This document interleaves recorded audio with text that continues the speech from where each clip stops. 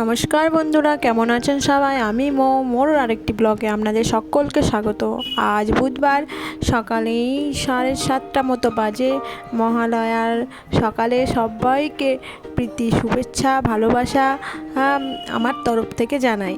দেখুন সকালবেলায় কি সুন্দর লাগছে, ফুলগুলো সব ফুটে গেছে। খুব সুন্দর একটা দৃশ্য। তারপরে আমাদের বিকেল হতেই আমরা আজকে বেরিয়ে পড়েছি। ছেলে যেহেতু কয়েকদিন ধরেই বলছিল মেট্রো যাব, যেহেতু চাপেনি, সেই জন্যই আজকে বেরিয়ে পড়েছি সেকেন্দ্রাবাদের মেট্রো স্টেশনে। দেখুন একা একাই কি সুন্দর উঠে করছে। দেখুন আমি তো উঠতে গিয়ে প্রথমে ভয় পেয়ে গেছিলাম, তারপরে আমার ছেলে দেখছি আবার একা একাই উঠে চলছে।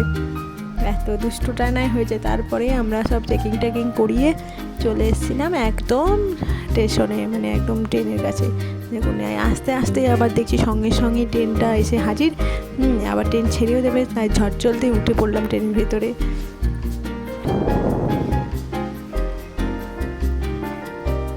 দেখুন বাইরের দৃশ্যটা দেখুন, গোধূলির আকাশ কি সুন্দরটাই না লাগছে।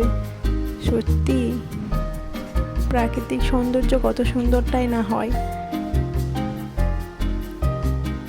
যাচ্ছে আমরা আজ একটু চারমিনারটা দেখিনি, তাই দেখতে ওখানেই যাচ্ছি। চলুন আমার সাথে সাথে আপনাদেরকেও একটু শেয়ার করে দিলাম, আপনারাও একটু দেখতে পাবেন।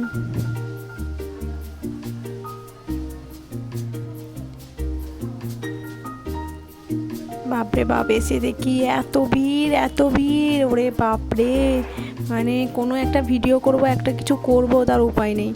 তারপরে বাড়ি চলে এসেছি। দেখুন রাতে ডিনারে আছে রুটি আর ওই স্টমাক আর মিটের একটু কষা আর একটু চাটনি, আর আমার জন্য ছিল দুপুরকার ওই মিক্স ফ্রাইড রাইস আর ওই স্টমাক।